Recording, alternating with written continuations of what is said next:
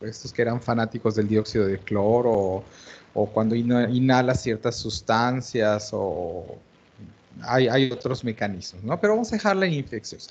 Entonces, la neumonía es un proceso habitualmente infeccioso que puede ser generado por virus, por bacterias o por hongos, que clínicamente se divide en neumonía clásica o típica, cuando es causada por bacterias gram positivas como el neumococo, y atípica cuando no es el germen más común, que puede incluir otros gérmenes menos comunes como el micoplasma, los hongos como los histoplasmas, los virus, eh, como los adenovirus, y van a producir todos estos diferentes formas, o la tuberculosis, por ejemplo, no se llama, es una neumonía muy particular que tiene su nombre propio, pues, pero cabe dentro de las manifestaciones atípicas. Cuando hablamos de neumonía típica o clásica bacteriana, lo que ocurre es que la bacteria en cuestión genera un proceso infeccioso que normalmente está confinado en un segmento del pulmón, o en algún lóbulo, y aquí tenemos que ver las cuestiones anatómicas para que sepamos cómo es que dentro de un solo órgano se puede confinar en un fragmento, ¿no?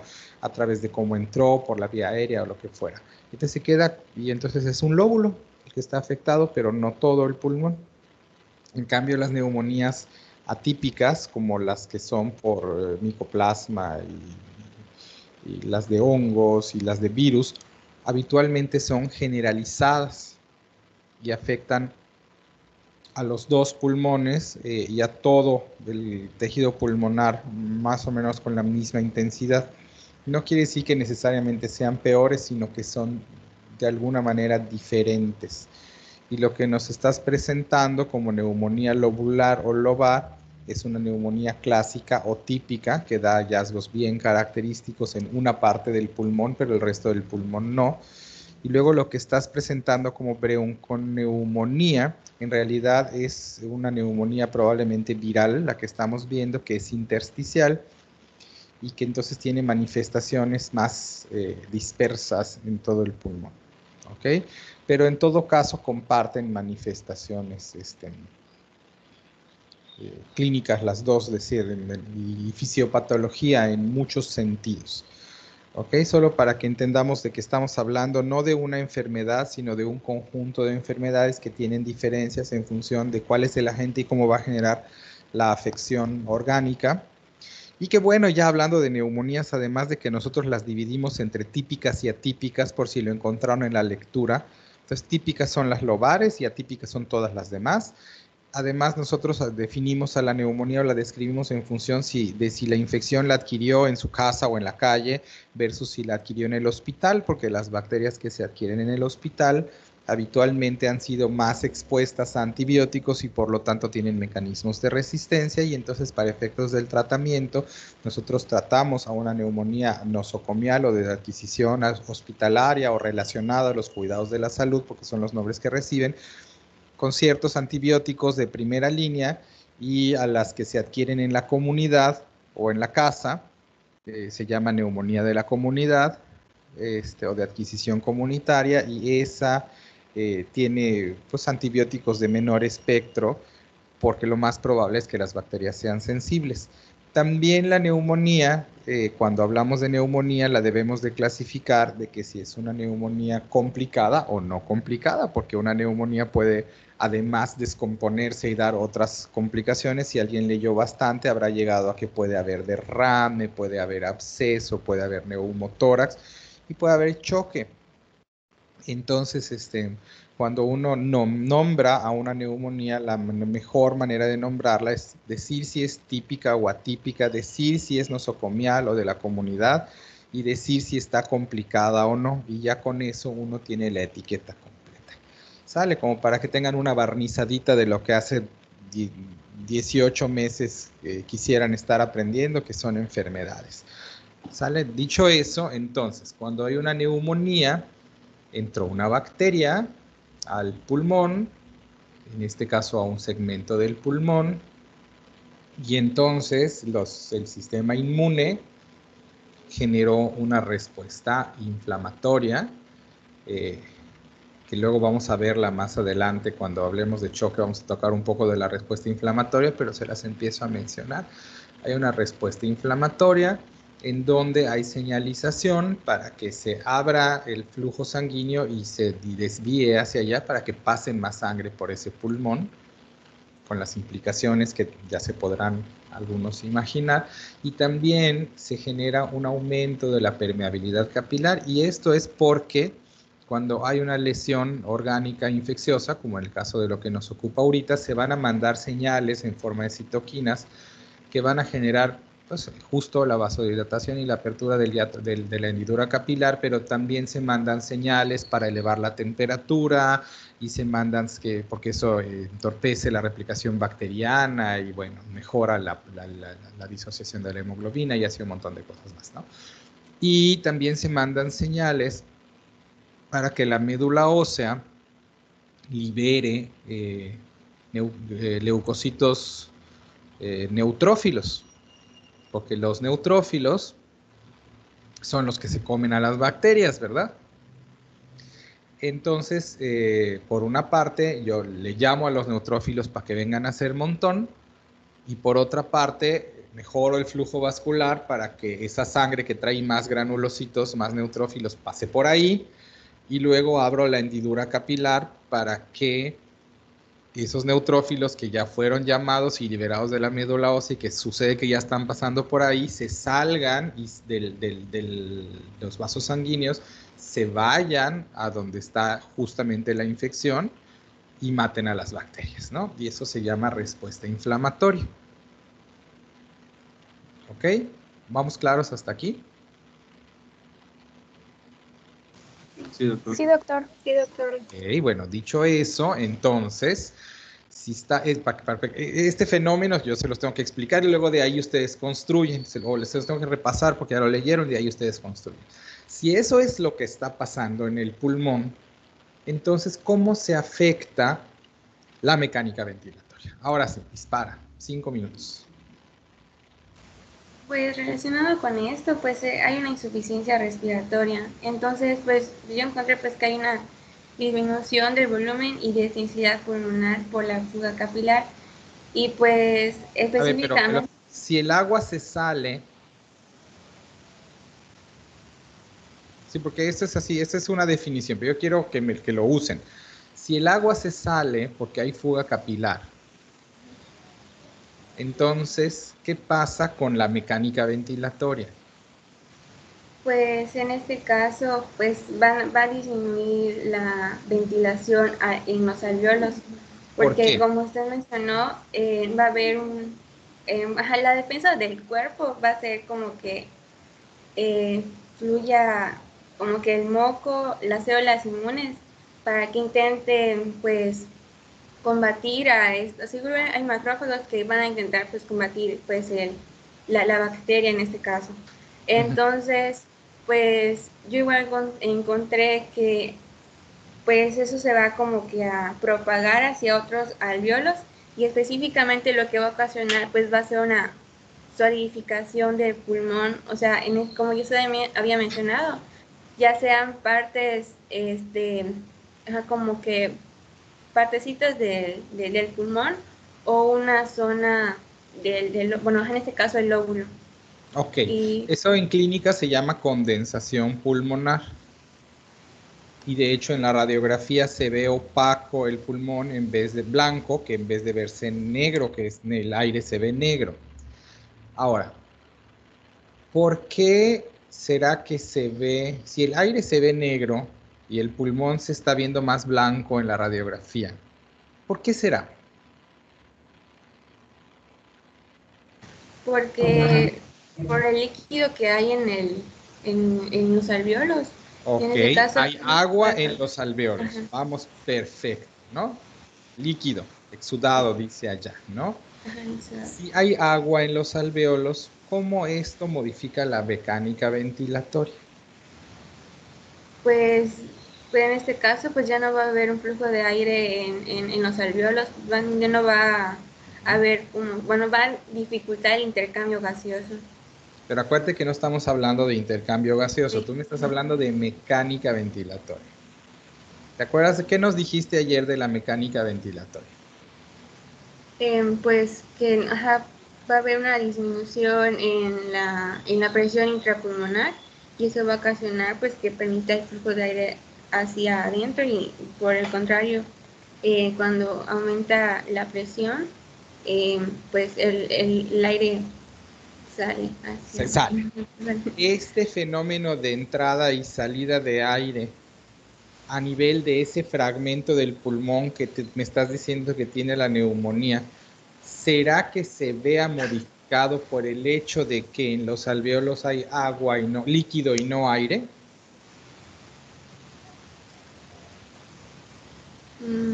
Pues sí, o sea, no, no sé cómo explicarlo. Bueno, Mm, ese es para eso estamos aquí, ¿no? Sí, sí, de cierta manera, ¿no? Ese fragmento, acuérdate que el pulmón se tiene que estirar y aquí vamos a tocar un poquito del terreno de los de elastancia y compliancia y los el del surfactante, porque finalmente para que entre, para que cuando se contraiga el diafragma y se reduzca la presión intratorácica, el aire entre, pues tiene que estirarse el pulmón, ¿ok? Inflarse de aire los globitos. Pero si esos globitos tienen agua, entonces cada que tenemos agua o líquido tenemos tensión superficial.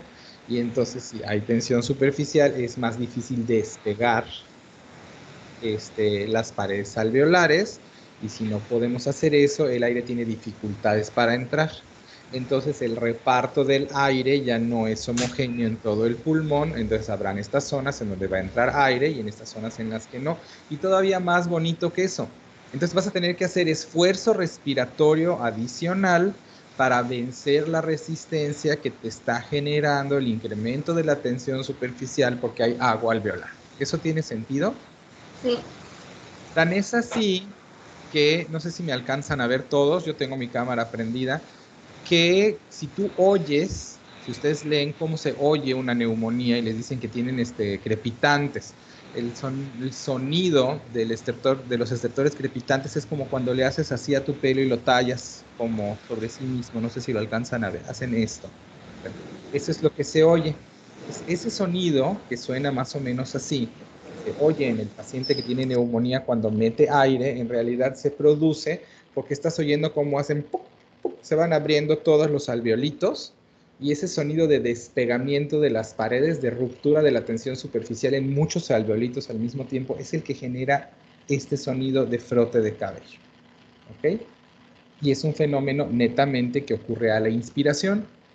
¿Ok? Y en la mecánica ventilatoria, cuando relajas el diafragma y cae nuevamente la presión intratorácica, la tensión superficial otra vez hace que se vuelva a cerrar ese espacio y cuando vuelvas a inspirar se vuelve a abrir y por eso oyes con cada movimiento respiratorio el sonidito que no les puedo, no sé si lo oyen, no sé si lo oyen. Sí se alcanzó a escuchar, sí. doctor. Bueno, pues es eso. No que dónde van a oír ustedes una neumonía, ¿verdad? Pero eso es lo que está pasando, ¿no? Y sí, hay un problema del volumen, porque al haber agua, ya reduce el volumen del pulmón y hay un problema de la distensibilidad o compliancia pulmonar derivada del acúmulo de agua que genera tensión superficial en el espacio alveolar. Ya entendimos entonces qué es lo que pasa en la neumonía, ¿no es cierto? En función de la mecánica ventilatoria. ¿Dudas? No, doctor, todo No, bien. No. Siguiente. Alonso, intercambio gaseoso.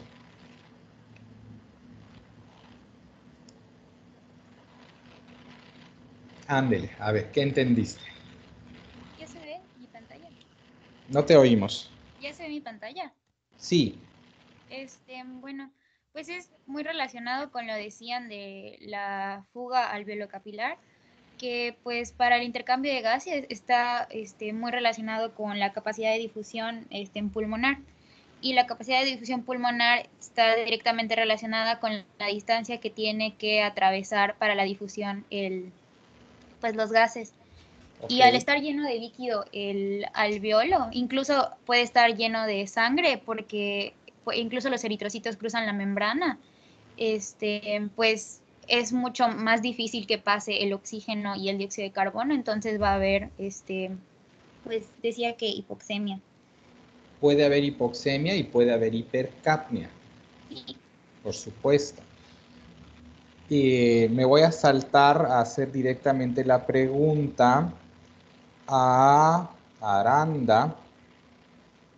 Si hay una dificultad para el intercambio gaseoso a nivel alveolar porque hay agua en el alveolo y entonces incrementamos el espacio que tiene que atravesar la molécula de oxígeno desde el alveolo hacia toda el agua que tiene que atravesar para llegar al, a los vasos y el CO2 de regreso,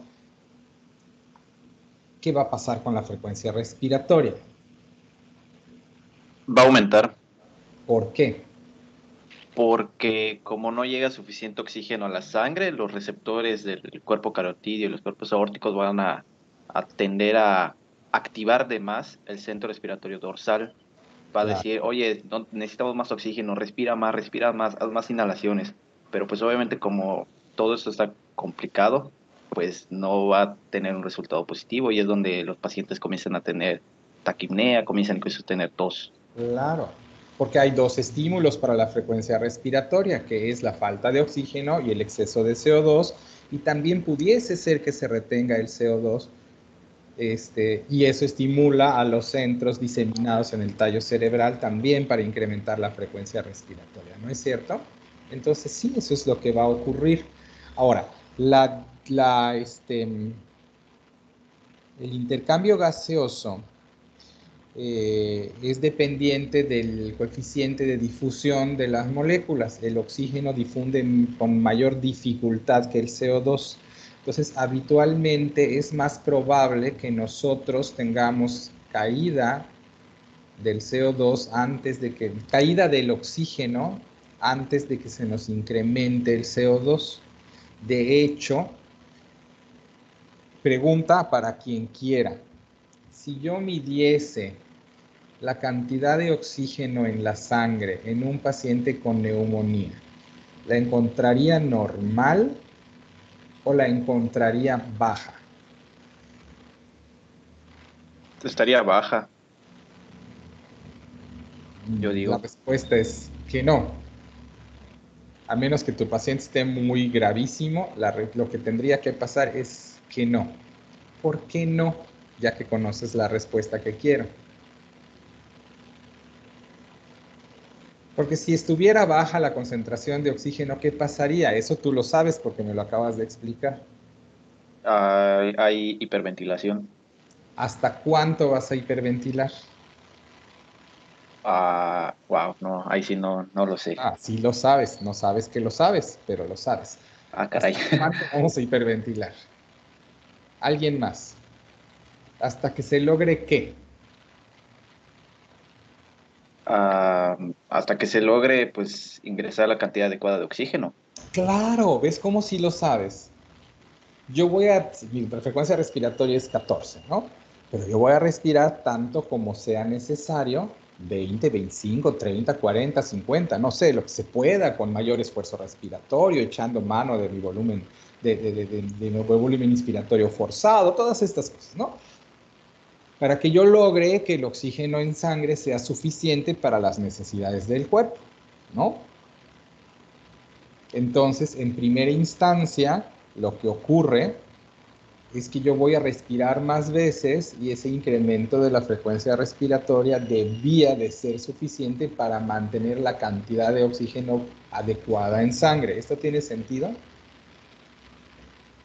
Sí, mucho sentido. Ahora, esto no es gratis, porque como el CO2 difunde más rápido que el oxígeno, entonces respirar al doble de lo normal me va a llevar a que el CO2 El CO2, aquí es donde ustedes completan. Disminuye. Disminuye en sangre. ¿Qué qué? Disminuye en sangre. Que disminuya, se va a barrer, porque yo estoy respirando más de lo que necesito y como el CO2 se mueve más rápido que el oxígeno, entonces ese no tiene broncas para salir. Entonces voy a tener caída del CO2 porque necesito respirar muchas veces para tener el oxígeno que yo requiero. ¿Qué va a pasar con el pH sanguíneo? Se vuelve ácido. ¿Qué? Vuelve alcalino. Se vuelve alcalino porque el CO2 determina acidez, claro. Se vuelve alcalino. ¿Qué pasa en el pH alcalino con la disociación de la hemoglobina?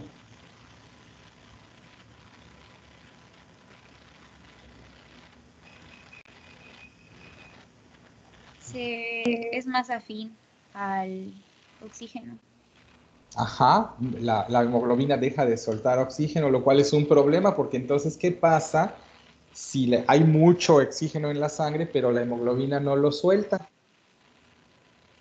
¿Qué va a tener que hacer el cuerpo?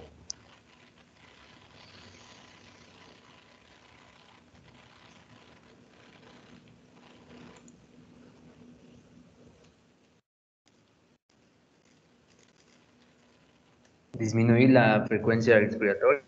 No, porque si disminuyes la frecuencia respiratoria te vas a quedar con menos oxígeno. Y tu paciente tiene oxígeno, necesita oxígeno, pero no se lo están soltando. Entonces, ¿cómo le hago para que me alcance? Pues entonces voy a tener que incrementar todavía más el oxígeno. Es una cuestión fea, pero así funciona. Si yo tengo una PO2 de 100, que ya dijimos que eso es normal y ya la platicamos y ya qué significaba,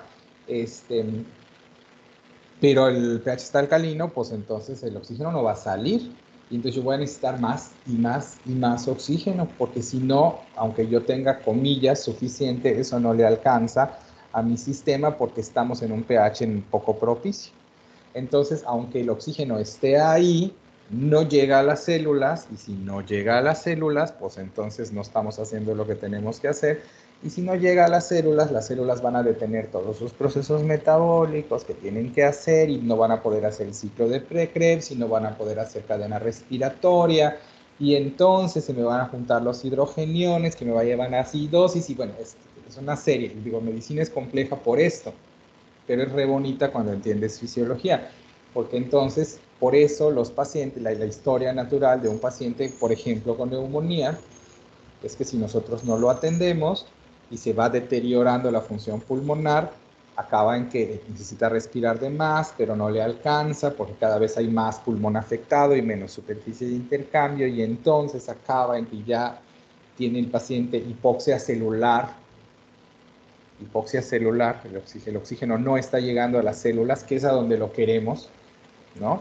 Lo cual desvía el metabolismo a producción de hidrogeniones que no es posible neutralizar, lo cual causa acidosis metabólica. Toda la serie de fenómenos, ¿ok? Y más o menos algunos puntos ya los tocamos hoy, y esto que les acabo de decir lo vamos a volver a usar en 2 semanas cuando hablemos de choque. ¿Sale? Porque ahí hay también algunos elementos de cómo cambia la perfusión para... No nos vamos a meter ahí, ¿ok? Entonces, el intercambio de gases está impedido o está dificultado, y eso se va a compensar, no me encanta esa palabra, pero a compensar, incrementando la frecuencia respiratoria, aunque eso, en términos más amplios, trae un costo fisiológico. ¿Estamos claros hasta allá? Sí, ¿No? Sí, doctor, Pero, todo claro. Sí, doctor. ok. La siguiente diapo, ¿cuál es? Ah, es surfactante. ¿Por qué no jala el surfactante? Anduaga. Porque yo dije que se incrementaba la tensión superficial, pero se suponía que el surfactante modificaba eso, ¿no? Sí, estoy investigando porque no entendía muy bien. Entonces, prácticamente lo que decían varios artículos es que se genera como una inactivación de la función del factor surfactante, porque lo que hace, el hecho de que se dé el exudado proteináceo, hace que se diluya el factor surfactante dentro del alveolo. Y esto hace que... Y la palabra clave es se diluya. Aquí ya lo encontraste. Lo clave es que se diluya. Si tú tienes la misma cantidad de surfactante, pero más agua, pues ya tienes más tensión superficial que romper. ¿Sí ves? Sí, sí. Y otra cosa que igual encontré en otro artículo es que decía que igual ciertas proteínas plasmáticas hacían, o sea, como que impedían molecularmente la función del surfactante, pero creo que eso es más como de otro tema, no sé. No, es que se pueden unir a él. Digo, tampoco vamos a ver los nombres de las moléculas, pero se pueden unir a él y entonces hacerle perder esta función anfipática que dijeron que era importante para que puedan generar la interfaz que nos interesa, ¿no? Sí, y pues ya se darían las tres problemáticas que mencioné igual en la clase anterior, que es pues colapso, inestabilidad y pues aún más edema. Y puede llegar a generarse atelectasia igual. La atelectasia es que se colapse el alveolo, es correcto. Y si se colapsa, pues no hay aire que entre ahí, por lo tanto no hay intercambio gaseoso. Pues lo han hecho muy bien hasta ahora, eso es lo que había que saber. Ya dije la mitad del transporte de oxígeno, Ayala.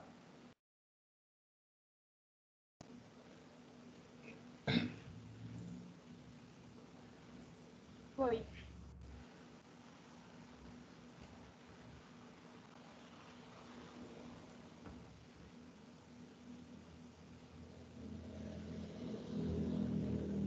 ¿Ya?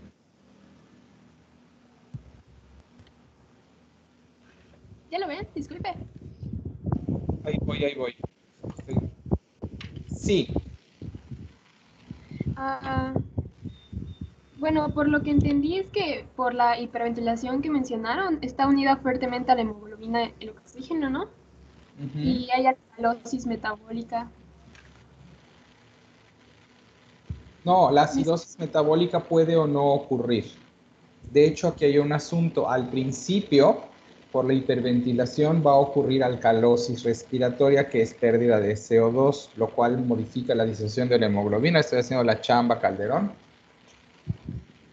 Y si con eso no alcanza para neutralizar los hidrogeniones, entonces vas a tener acidosis metabólica, que sucede que te regresa la curva de disociación de la hemoglobina donde la necesitas, ¿no? Pero depende de qué tan feo esté el paciente, podría no tener ninguna alteración porque la pura hiperventilación le alcance o los puros reserva pulmonar le alcance, o podría ser algo de alcalosis respiratoria pero que no lo lleve a hipoxia celular, o podría acabar por hacer acidosis metabólica.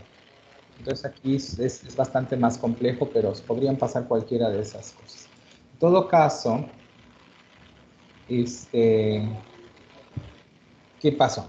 Me ibas a decir en cuanto al transporte de...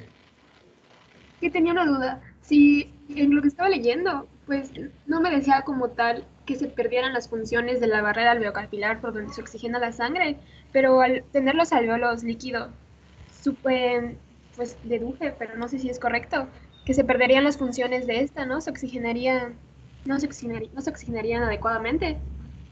Es lo que nos dijeron, que no se oxigenaba adecuadamente la sangre porque al haber agua hay una interfaz, pero a ti te tocó el transporte de oxígeno en la sangre, lo cual tenía que ver de que si viajaba unido a la hemoglobina o si viajaba en solución y qué era la saturación y qué era la PaO2.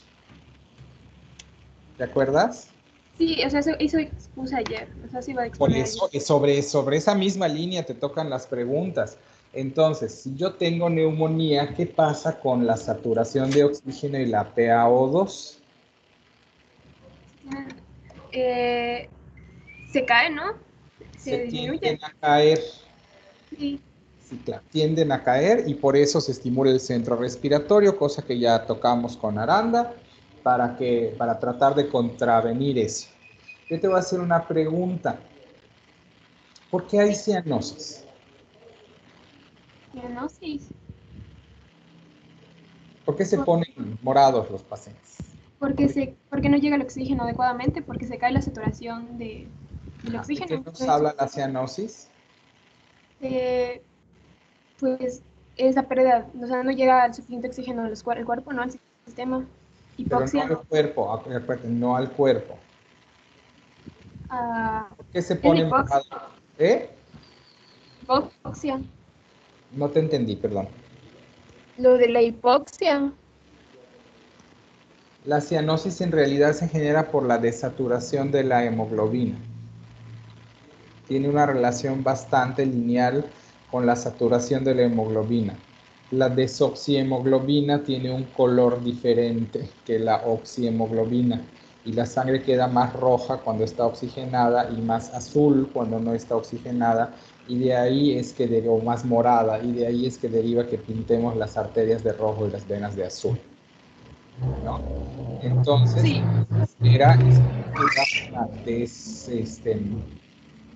disminución de la oxemia y de la saturación de la hemoglobina. Eso es lo que podría ocurrir, lo cual tiene que ser respondido por un incremento de la frecuencia respiratoria, y cuando este incremento de la frecuencia respiratoria no alcanza a resolver la necesidad de oxígeno o nos sale muy caro en términos de pH, pues será conveniente que a tu paciente le pongas oxígeno, porque si le pones oxígeno, ¿qué vas a lograr?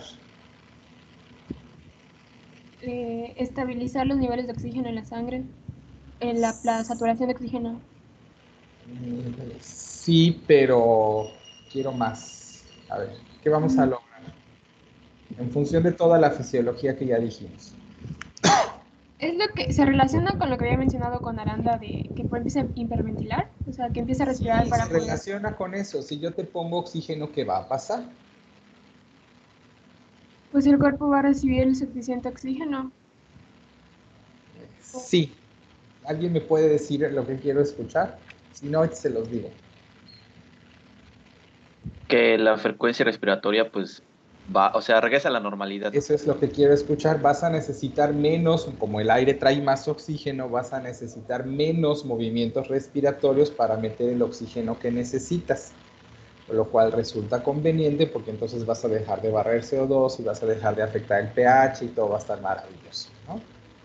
Por eso a los pacientes, ahora que está tan de moda el COVID, les checa uno la oximetría, la oxigenación le llaman en la calle, pero le hace una oximetría de pulso y le mides la saturación de oxígeno, y cuando está baja le pones oxígeno, porque con eso vas a lograr que con menos movimientos respiratorios se logre lo que se tiene que lograr y no eches a andar la bola de nieve de ahora la alcalosis y ahora la disociación de la hemoglobina y entonces la hipoxia celular y entonces el lactato y entonces todo aquello que pasa, ¿no? Entonces es bien importante entender, bueno, cómo lo medimos y cuál es la consecuencia, ¿no?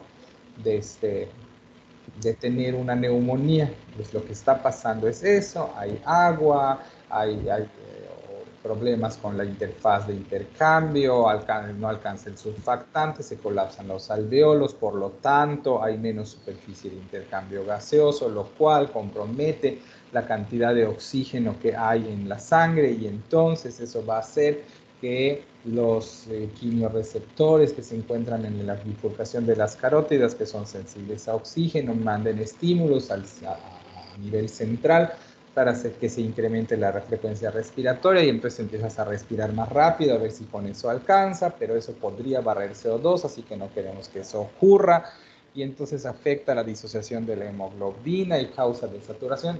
Ya, todo eso ya lo entendimos, ¿no? Sí. Ok. Le desquite mi quincena, ¿no?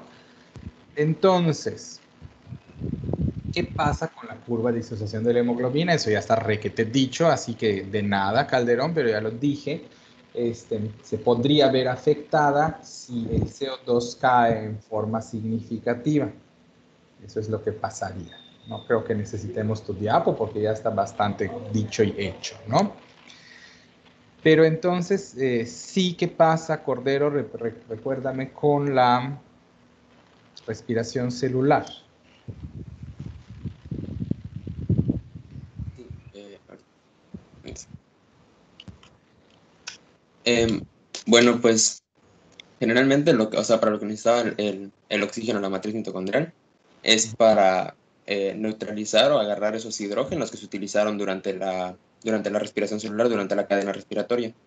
Pero al haber cuando la célula no puede captar ese oxígeno, hay dificultad para captar ese oxígeno, pues no va a haber ese oxígeno que, digamos así, funcione como tampón para todos esos hidrógenos, y pues obviamente ese pH que ya debe tener normal la matriz mitocondrial, pues va a ir bajando por una alta concentración de los hidrogeniones.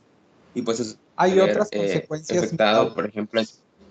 Además de que se te junte el hidrógeno, hay otras consecuencias bioquímico-metabólicas.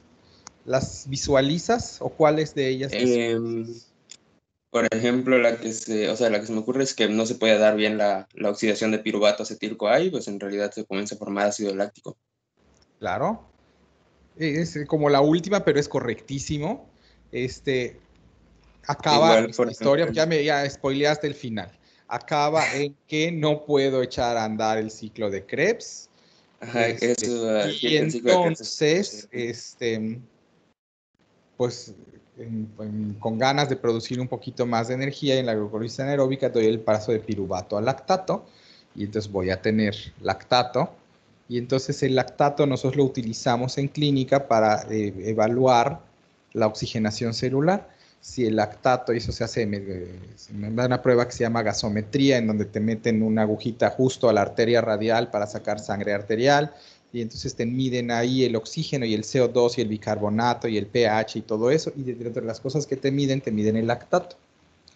Entonces el lactato elevado me dice que en esta persona estamos teniendo glucólisis anaeróbica, que en vez de terminar en paso de piruvato a acetilcoenzima a ciclo de Krebs, está llegando hasta lactato, y la única explicación posible es que a alguna o algún conjunto importante de células en el cuerpo le está faltando oxigenación.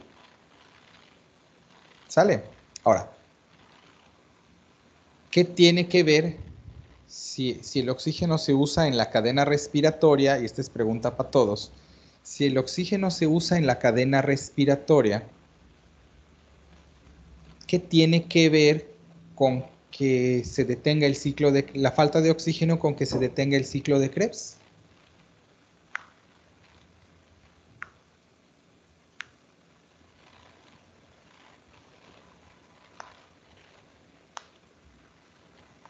A ver. Y si lo saben, es que no saben que lo saben.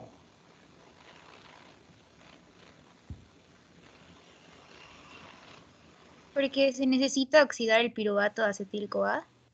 No.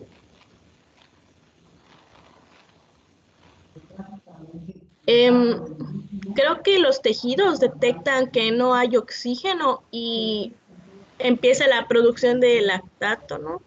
Eso es lo que acabo de explicar. Uh-huh. Hay otra razón.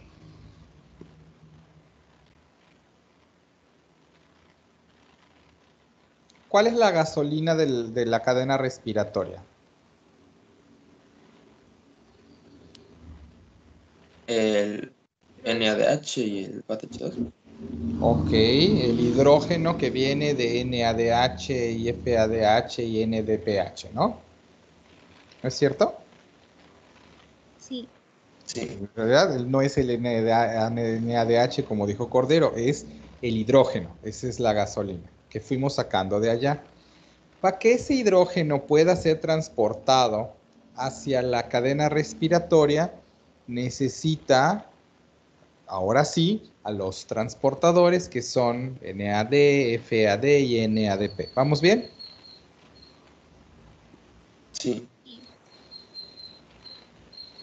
Para que la matriz mitocondrial, para que la cadena respiratoria acepte a los hidrógenos que necesita.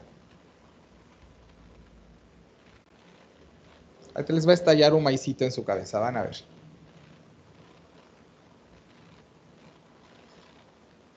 Pues necesita oxígeno, si eso ya lo habíamos dicho. Porque si no tiene oxígeno donde acomodar los hidrogeniones, ¿qué va a hacer con ellos? ¿Vamos bien? Por lo menos uno que me diga sí o no para que yo sepa que Sí, alguien me oye. doctor. Vamos bien, ok. Sí, doctor. Si los transportados, si los Ubers que transportan al hidrógeno están todos llenos,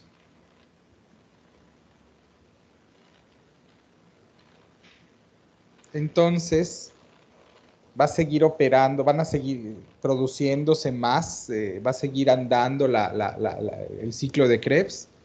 ¿Será que siga andando? Y no es una cuestión Pues de... no, porque ya no va a Pues haber sí, quien no. reciba los Claro, hidrógenos. no es una Quien cuestión transporte de los hidrógenos. detecta, porque esta cuestión de detecta le pone inteligencia al metabolismo y la verdad es que no es una cuestión de que le miden nada. Es una cuestión de que tú necesitas que todas las enzimas participantes y los mediadores y las moléculas participantes en el proceso estén para que el proceso ocurra.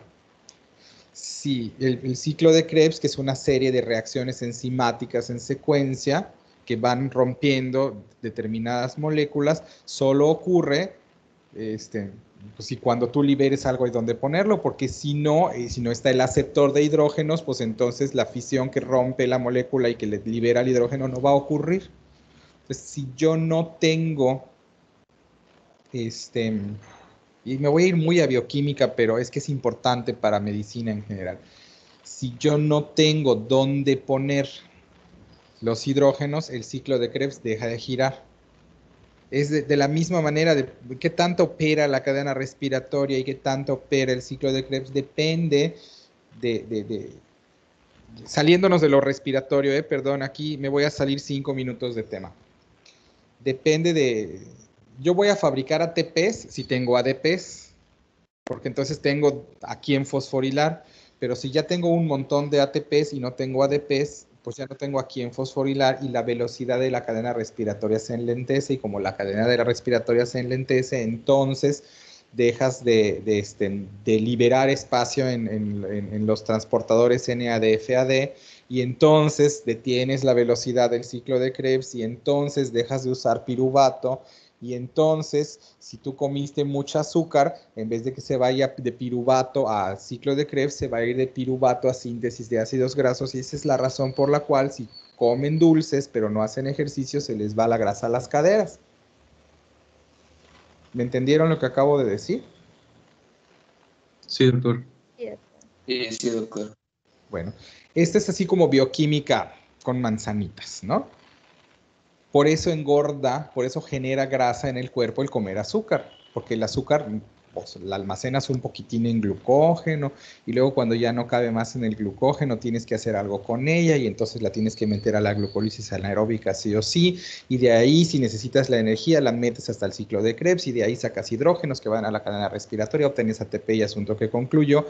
Pero si no estás haciendo ejercicio tienes ahí el piruvato que se tiene que convertir a acetilcoenzima A y el ciclo de Krebs no te lo acepta porque no está ciclando y entonces lo metes a la síntesis de ácidos grasos para que juntes grasita porque es el único otro almacén que existe. ¿Ya me entendieron? Por eso engorda uno cuando come azúcar. Oye, ¿por qué tengo yo grasa si lo que comí es azúcar? Ah, bueno, pues porque esto es lo que está pasando. Esa es fisiología normal. Por eso luego para bajar la grasa tienes que hacer ejercicio porque la única manera de deshacerte de esa grasa es que la metas a la beta oxidación para que juntes acetilcoenzima A, que entre al ciclo de Krebs para que obtengas ATP que lo uses para mover tus músculos. Yo no sé si se los explicaron así en bioquímica, pero esta es la explicación. ¿Sale? ¿Estamos claros? ¿Les gusta? Sí, doctor. Bueno, Sí, doctor. dicho eso, sí, y nos regresamos a la insuficiencia respiratoria. En este caso, tu cadena respiratoria no es que no quiera trabajar, es que realmente necesita ATPs. En realidad tiene ADP, tiene harta ADP para fosforilar. Pero para fosforilar necesita al ADP y necesita a los hidrógenos y necesita al oxígeno para poner los hidrógenos. Si no coinciden las tres cosas, esto no va a funcionar. Y en este caso, si tú tienes insuficiencia respiratoria o dificultades para el intercambio gaseoso pulmonar, en algún punto, si esto se agrava lo suficiente, vas a tener hipoxia celular y esa hipoxia celular va a comprometer en todos lados la cadena respiratoria, ¿ok? Y si no están dando la cadena respiratoria, no se abre espacio en los Ubers, que son FAD y NAD, y si no se hace espacio en los Ubers, que son FAD y NAD, entonces lo mismo que ocurrió aquí, ocurre en el ciclo de Krebs. El ciclo de Krebs no cicla porque no tiene a dónde poner los hidrógenos y entonces se detiene, y entonces no estamos obteniendo energía a partir de acetilcoenzima A, y por lo tanto, tenemos que obtenerlo de glucólisis anaeróbica, lo cual nos eleva el lactato. ¿Tampoco no está re bonita la bioquímica? Sí, doctor. Sí está. Así sí, ya sé. La modestia no es lo mío. Pero la explicación sí, entonces van de gana. Ya acabamos con la bioquímica. ¿Dudas hasta acá? ¿Todos lo entendieron? Si alguien no lo entendió, me lo tiene que decir.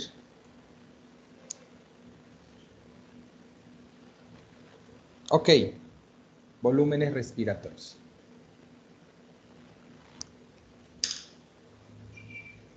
Y neumonía.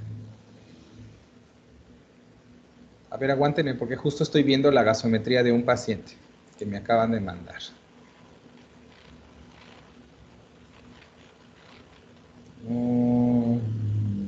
Aguántenme.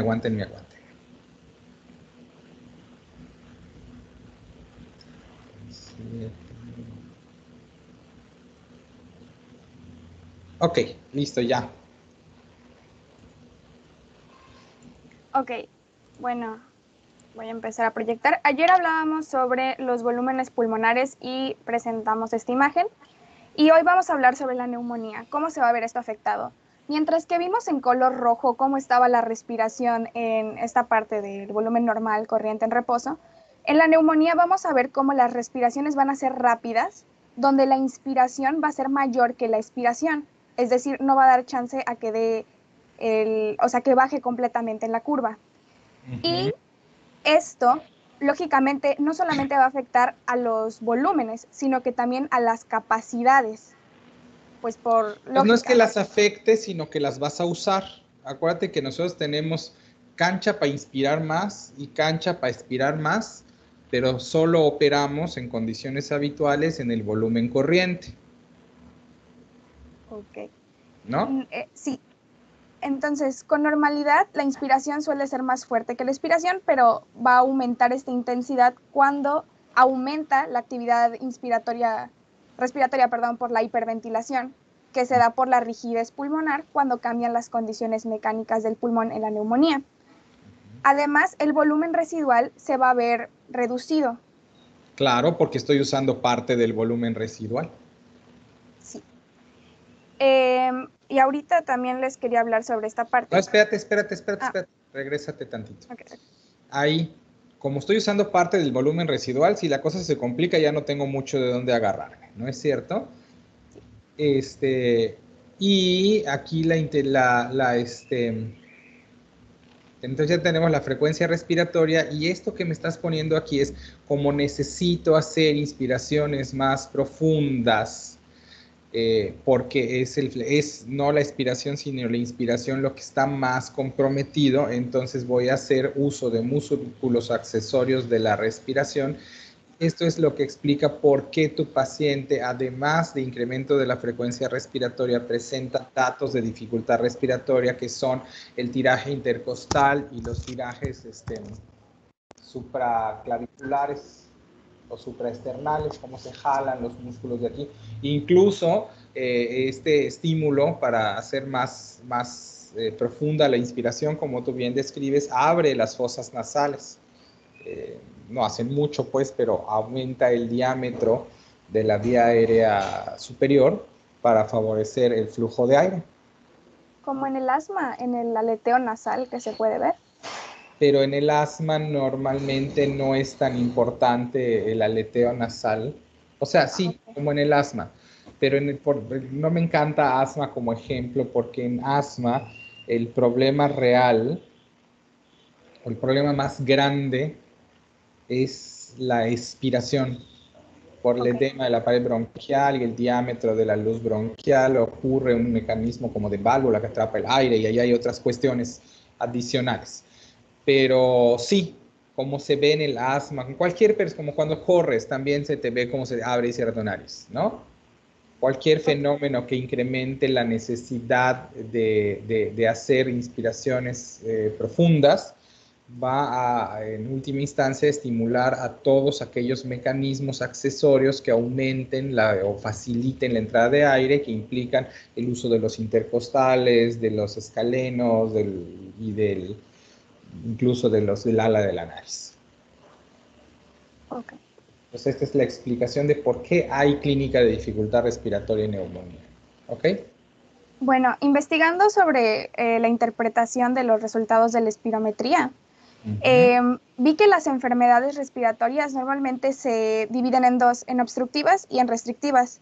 Entonces me pregunté, ¿es la neumonía obstructiva o restrictiva? Y pues la conclusión fue que puede ser ambas o una combinación de las dos. Es decir, puede tener un efecto restrictivo porque se acumula el líquido, como en la alveolitis, también mencionaba un texto. O un efecto obstructivo porque se acumulan las células alrededor de los bronquios. Claro, y porque hay exceso de moco, también todo el proceso inflamatorio. Entonces, de hecho, no es O, es I, ocurren las dos cosas. Hay obstrucción y hay restricción. Okay.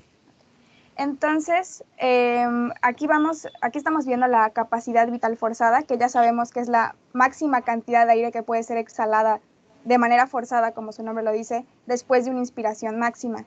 Y esta se va a encontrar baja porque sabemos que esto va a ser, que el pulmón no se puede expandir de manera normal, entonces por eso va a estar baja.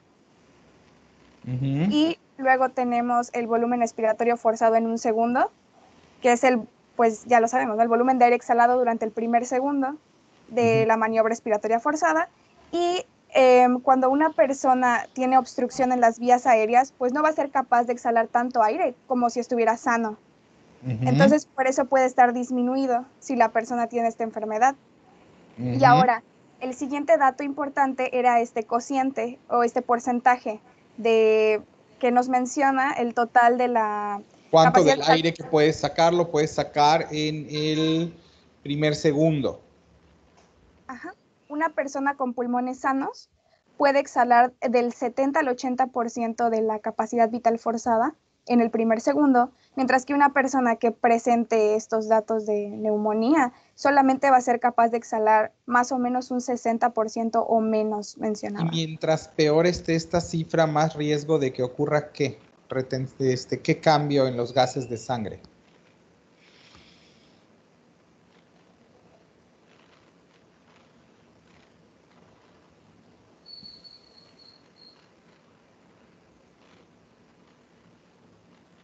¿Alguien? Que tenga menos CO2, ¿no? No, que tengas retención de CO2. Retención de CO2. Que se te junte, porque la expiración es la que te permite sacar el CO2. Sí, es verdad, doctor. Claro, entonces, y esto es un cambio que ocurre relativamente tarde. Es decir, aunque las dos cosas ocurren, se compromete primero, ocurre primero la restricción pulmonar y luego la obstrucción de vía aérea, y se compromete primero el intercambio de oxígeno y luego el del CO2. Por eso describí primero, vas a tener incremento de la frecuencia respiratoria que acaba por darte un descenso del CO2, y cuando la expiración se compromete por obstrucción de vía aérea, es entonces que empiezas a tener también la retención de CO2, pero habla de que tu paciente empeoró. ¿Sale? Ok, doctor. Bueno, ya casi acabamos y solo llevamos 1 hora. Muy bien. ¿La estancia se ve afectada o no? Y si sí, ¿cómo? Y si no, ¿por qué no?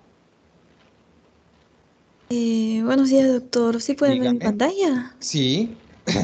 Excelente. Bueno, pues no había una respuesta en la literatura así como tal de que la estancia aumenta o disminuye, pero estuve checando. No, estaba difícil tu pregunta hoy. Mañana también. Exacto. No, mañana es EPOC, mañana vas a jugar. Pasado mañana va a estar difícil. Pasado mañana ya sé que es lunes, pero pasado mañana. Entonces llegué que, por ejemplo, como hay un edema, también va a tender a la telactasia o va a colapsarse los alvéolos, y también como el surfactante se va a inactivar, también va a haber una tendencia a regresar. Entonces llegué a la conclusión de que hay un aumento de la elastancia y que también esto va a aumentar el trabajo respiratorio. En la lectura del libro, pues nos decía que para compensar este aumento de la elastancia, pues va a tender a respiraciones más Solo aclarar, frecuentes y si hay un superficiales. aumento de la elastancia, ¿a qué te estás refiriendo? Al que va a tender a retroceder, a que vuelva a su La tamaño liga va a original. estar más dura, Sí, claro. sí, Nomás para que todos estemos en la misma sintonía. sí. La verdad es que prefiero que cuando estamos hablando de fisiología se puedan poner tan coloquiales como quieran. Por eso me peleo con las fórmulas, porque tenemos que explicarle a todos, con todo respeto, pero hasta el más burro del salón lo tiene que entender. Y eso es lo que te hace al mejor profesor, no que sepa más, sino que sepa capaz de traducir el concepto para que el más burro del salón lo entienda, ¿no? Pues no estoy diciendo que nadie sea burro en este salón, pero es como para ilustrarles el concepto, ¿sale? Entonces, si yo digo, la liga está más dura, Sí, y va a todos lo tender a entendemos, retroceder. ¿no? Ok, entonces se incrementa la rigidez pulmonar o la elastancia, que no es lo mismo que elasticidad, ¿no? Sino las ganas del pulmón de encogerse, eso es lo que se incrementa. Ok, Ok, es todo. ¿no? Y eso hace que tengas que hacer más esfuerzo respiratorio para meter el mismo aire, ¿no es cierto? Sí, sí, sí, sí. Si la liga es más resistente, necesitas más fuerza para estirar al mismo tanto. Exactamente. Claro, que eso lo dedujiste. Entonces está bien porque el libro no lo considera, pero es una de de los puntos centrales o los elementos centrales de por qué hay dificultad respirar, qué le cuesta respirar al paciente. Bueno, porque claro, el pulmón es menos elástico. Compliancia es complementario.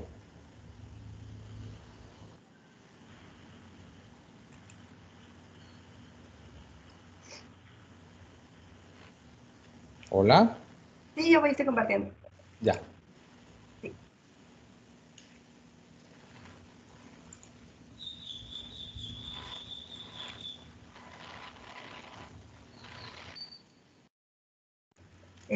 Bueno, pues a mí me tocó lo que es la confianza y durante la neumonía esta se va a ver reducida debido a que, pues, como ya dijimos, durante esta va a haber acumulación de líquido en los alvéolos. Entonces, parte de lo que es el área donde debe estar el volumen para el intercambio va a estar disminuida y no va a permitir entrada suficiente de aire. Entonces, pocos alvéolos van a ser los que están llenos. No encontré una imagen como tal que represente, entonces modifiqué un poco la imagen que traje ayer, donde se ve que, puede seguir disminuyendo la presión, pero debido a que no hay tantos alvéolos disponibles y los poquitos que tenemos ya van a estar llenos, no va a haber grandes entradas de volumen de aire. ¿Qué le pasa a la compliancia en la neumonía? Va a ser reducida. Se reduce, efectivamente. Y es un poco la misma explicación que acabamos de decir, ¿no? Hay mayor resistencia, mayor ganas, mayor intención o intensidad de los mecanismos que favorecen la expiración y hay dificultad para estirar lo que tienes que estirar, ¿no? Tienes menos compliancia. Casi siempre son complementarios, ¿no? Entonces, eso es lo que está pasando cuando hay una neumonía, sea intersticial o lo que sea. El pulmón tiene dificultades para que lo estires y ganas de regresar a su mínima expresión. ¿Crees que esto es satisfactorio para lo que entendiste de lo que tenemos que saber? Sí. ¿Ah? Sí.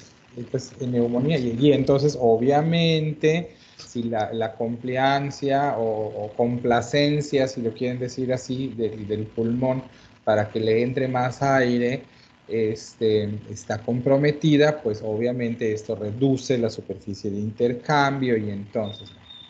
Y nos quedan dos, ventilación, perfusión y resistencias al flujo aéreo pulmonar. ¿Habrá resistencia al flujo aéreo pulmonar? ¿Góngora? Silvia Góngora.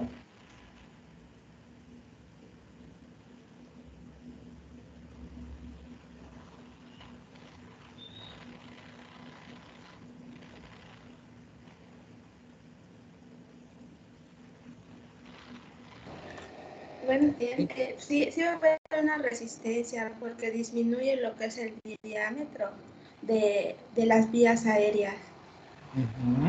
Yo relacioné esto, no sé si es correcto, porque pues en la neumonía pues hay una inflamación en las aéreas, pero también lo relacioné porque al aumentar lo que es o sea, hay más líquidos en los alveolos, también se reduce lo que es el flujo de aire.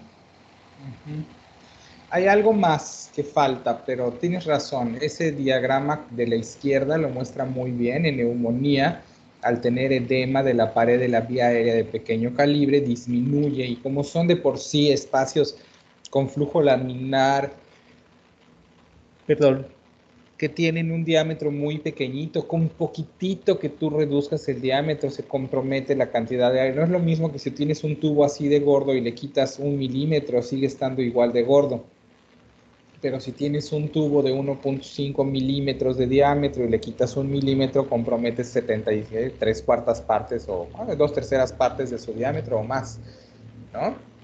Entonces, ojo que estamos hablando aquí del flujo aéreo en vías aéreas de pequeño calibre. Entonces, la neumonía es un fenómeno que ocurre en vía aérea de pequeño calibre y por lo tanto compromete, el impacto es mayor, ¿no? Que si se me inflama tantito la tráquea. La tráquea se tiene que hinchar mucho para que me dé consecuencias, pero aquí no. Otra cosa que no tocamos ayer y que es importante, creo que sí la tocamos, pero no importa, es no es tanto el diámetro de un bronquiolo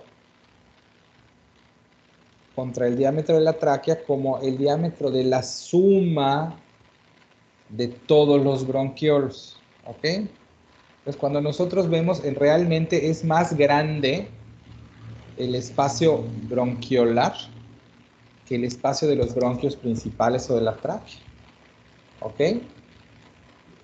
Porque hay, los bronquios, esto tiene sentido, los bronquiolos son muy chiquititos, pero son un chorral, ¿no? Acuérdense que en alguna parte debieron de haber leído que cuál es la superficie de intercambio gaseoso en el pulmón, y más o menos es como que barnizaras con una capa ultra delgadita de sangre un cuarto grande de tu casa, ¿no? Esa es la cantidad de sangre que está manejando el pulmón y la cantidad de superficie en milímetros cuadrados, en un chorrísimo, en donde se está llevando a cabo el intercambio gaseoso. Bueno, pues para que tú tengas toda esa superficie vía una tráquea que es esencialmente del ancho de mi dedo en el interior, pues imagínense esas bifurcaciones, todo lo que estamos hablando. Y si se hincha el espacio bronquial, pues es un chorro de afección, ¿no? Y entonces hay un impacto significativo, porque no es le quitaste 1 milímetro a toda la vía aérea, le quitaste 1 milímetro a cada bronquiolo. Y eso es una cuestión proporcional. Desde ese punto de vista, las resistencias pulmonares se incrementarán significativamente, tanto más cuanto más sea el tamaño del porcentaje de tejido pulmonar afectado y el grado de edema de las paredes, sobre todo de los bronquiolos terminales. ¿Estamos claros con esto? Sí, doctor. Y entonces, si hay una interrupción significativa al flujo aéreo, pues entonces el recambio de gases se va a ver interrumpido y por eso su paciente va a tener al mismo tiempo dificultad respiratoria, polipnea, hipoxemia, hipoxia tisular y acidosis metabólica. Todo eso ya lo explicamos, ¿no es cierto? Sí, doctor. Si no fuera suficiente, nos queda el último tema, que es relación ventilación-perfusión.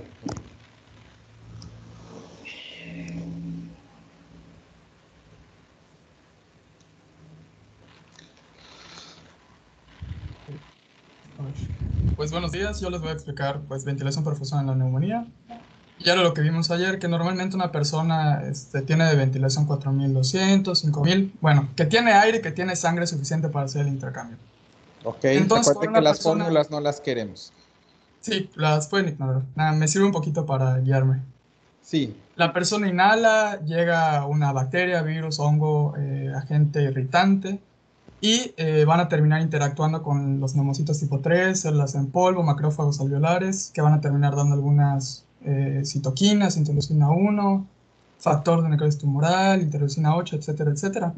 Y va a terminar haciendo que se filtre el exudado proteico que mencionaron, que se filtren hematíes, que se filtren glóbulos blancos, porque lo que queremos son Porque glóbulos hubo blancos. un incremento de la perfusión y un incremento de la permeabilidad capilar. Son esencialmente los dos cambios más importantes, que no los únicos, pero los más importantes que ocurren por los mediadores proinflamatorios que acabas de mencionar.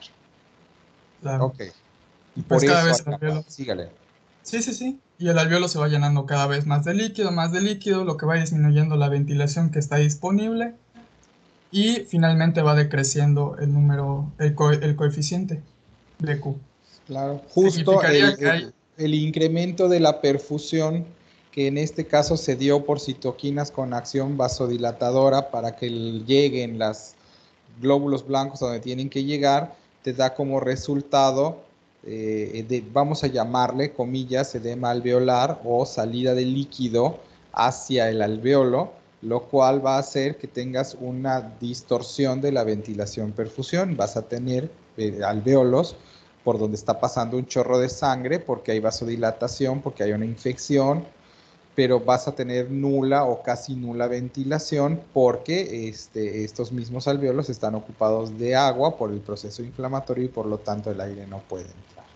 Y entonces, pues esto va a comprometer aún más, o sea, este es el paso último de toda la fisiopatología que ya dijimos, ¿no? Si se colapsa, si no se colapsó, pero está lleno de agua, si tiene parte agua y parte no, entonces la tensión superficial y la interfaz de agua que tiene que atravesar el oxígeno para llegar desde el alveolo hasta la sangre, pero si ya se llenó de agua, entonces esto es equiparable a, que fue donde tuvimos el problema de la pregunta, a cómo en términos prácticos es como si hubiera un cortocircuito. Sí. Porque la sangre no es un cortocircuito, porque la sangre no es que deje de pasar por el alveolo, que ese es un cortocircuito verdadero. Es un cortocircuito de facto o de hecho, porque aunque la sangre sí pasa por el alveolo, pues no hay cómo agarrar oxígeno ni cómo soltar CO2, porque ese alveolo que está abierto, pues está abierto pero lleno de agua y por lo tanto no está ventilado. Y eso es un problema de disociación de la ventilación-perfusión. Y esto se lo regreso a lo que habíamos comentado con el paciente que tiene COVID. Si al paciente lo volteas boca abajo, lo cambias de posición, es posible en ciertas condiciones que el drenaje postural libere algunos alveolos. Pero en el caso de la neumonía bacteriana, esto no siempre es así, porque la zona que está afectada por edema, porque hubo citoquinas que abrieron la hendidura capilar, y eso no, si le saco el agua, pues no importa, porque la misma apertura de la hendidura capilar va a echar más agua al mismo alveolo y se vuelve a llenar. ¿Ok? Por eso, de hecho, expectoran los pacientes, porque están sacando agua que está en los pulmones. Cuando tienes neumonía, pues vas a tener tos con flemas o tos productiva, por esa razón. Y en cambio en otras neumonías intersticiales, como por ejemplo lo es COVID, que tiene lesiones en parches, pero las virales, pero las de micoplasma y todas estas, clamidia y otros agentes, que producen neumonías intersticiales, en realidad cuando hay un problema de esta naturaleza, el cambio de posición es un poco más sutil, ¿no? Porque el proceso inflamatorio ocurre de manera diferente. Es más intenso y más confinado en la neumonía bacteriana y es menos intenso y más diseminado en las otras neumonías, en las atípicas o intersticiales. ¿Sale? Pero en todo caso, esto es lo que ocurre justo. Se comporta tu paciente como si tuviese un cortocircuito, y lo que en realidad tiene es discrepancia entre de la relación ventilación, o una mala relación ventilación-perfusión, o una discrepancia entre la ventilación y la perfusión, que hace que a alvéolos que están bien perfundidos no les entre aire. Calderón. Sí, con lo que usted comentaba sobre la neumonía del COVID, de hecho vi un video en donde decía que a su vez que disminuye la ventilación, igual disminuye la perfusión, porque por este proceso inflamatorio se crean lo que son como unos microtrombos, ¿cómo se llama? El COVID es especial porque además del proceso inflamatorio, de hecho nosotros para ver en forma indirecta la gravedad del paciente con COVID, medimos dímero D. El dímero D es una sustancia que se produce por degradación de la fibrina. Que la fibrina participa en la coagulación. Entonces, si el dímero D está elevado, eso quiere decir que se está rompiendo fibrina, y si se está rompiendo fibrina, quiere decir que se formó fibrina, quiere decir que el paciente tuvo una coagulación en forma inapropiada, anormal o no deseada. Entonces, en el COVID, a diferencia de otras enfermedades, incluso graves, hay una activación inapropiada de la coagulación que genera formación de pequeños trombos que obstruyen la perfusión pulmonar, y entonces el paciente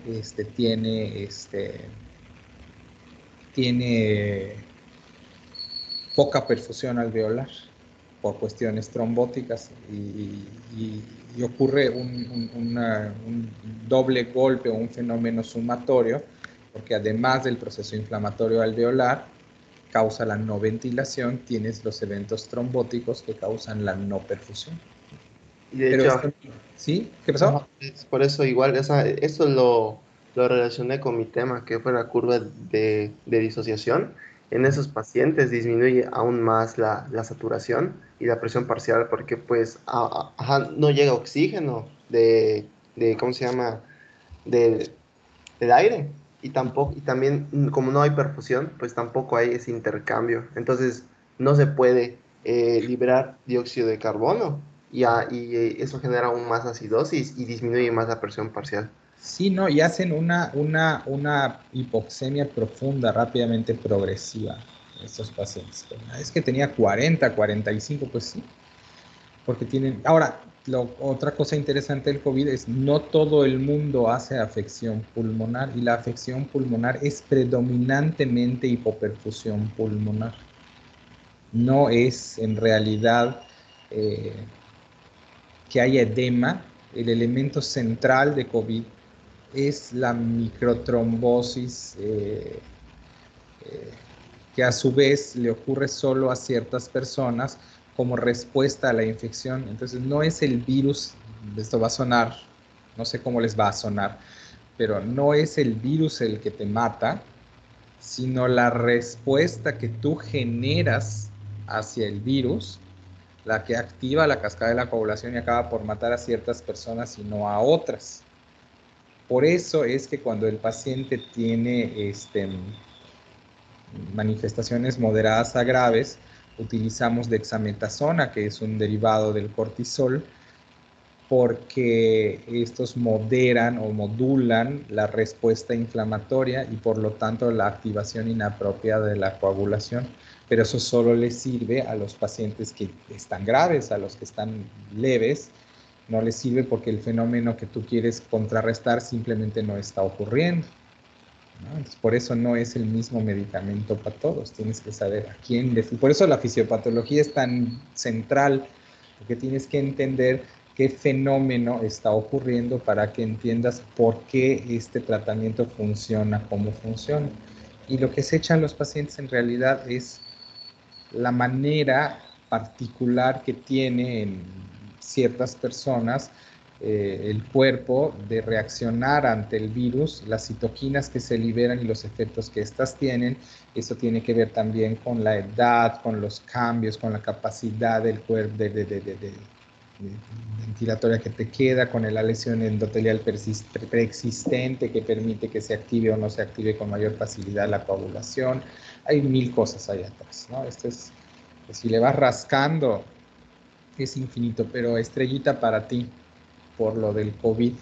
porque es cierto, esta neumonía en particular, o esta afección, ya cada vez con menos ganas de llamarle neumonía, porque pues caray, yo tuve COVID y no tuve neumonía.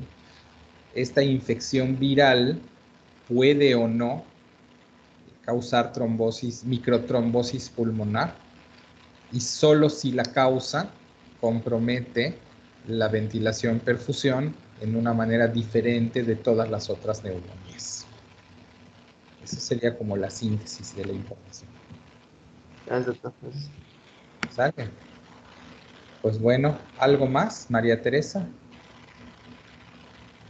Sí, doctor, es que yo tengo una duda sobre la insuficiencia respiratoria. Me queda claro que es hipoxémica, pero no me queda muy claro en qué punto es hipercápnica, porque por lo que leí aumentaba el espacio muerto fisiológico, pero en la neumonía disminuye este. ¿Se da después? Sí, si el intercambio gaseoso está menos comprometido, el primero en sufrir es el oxígeno porque su coeficiente de difusión es menor. Si el daño pulmonar se hace lo suficientemente grave o dentro del proceso inflamatorio hay mecanismos que causan retención de aire, como pasa en el asmático, entonces es que progresas hacia la retención de CO2. ¿Ok? Si tu pulmón está súper dañado, es tan malo el intercambio gaseoso que incluso le afecta al CO2, aunque difunda con mucha facilidad, incluso esta facilidad se ve sobrepasada.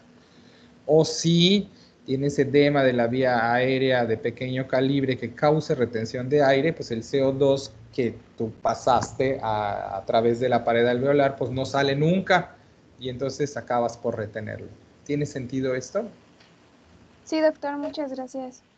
Bueno, entonces sí es peor tener hipercapnia que solo tener hipoxemia.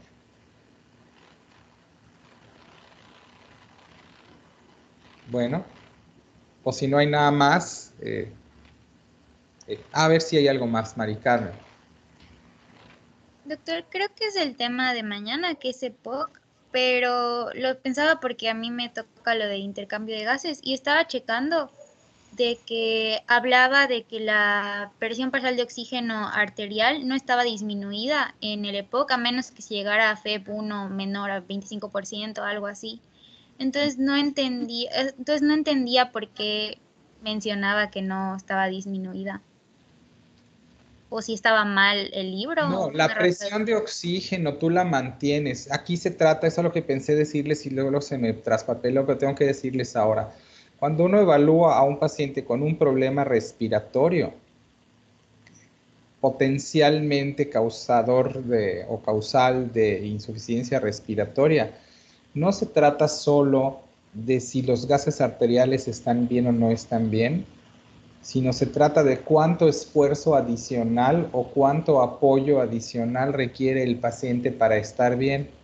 Entonces, si yo tengo un paciente que tiene una gasometría preciosa y perfecta, pero para tenerla necesita respirar 30 veces por minuto, oxígeno al 60%, pues ese paciente tiene insuficiencia respiratoria, porque requiere hacer un esfuerzo adicional para llegar a lo que nosotros llegamos sin esfuerzo, ¿no?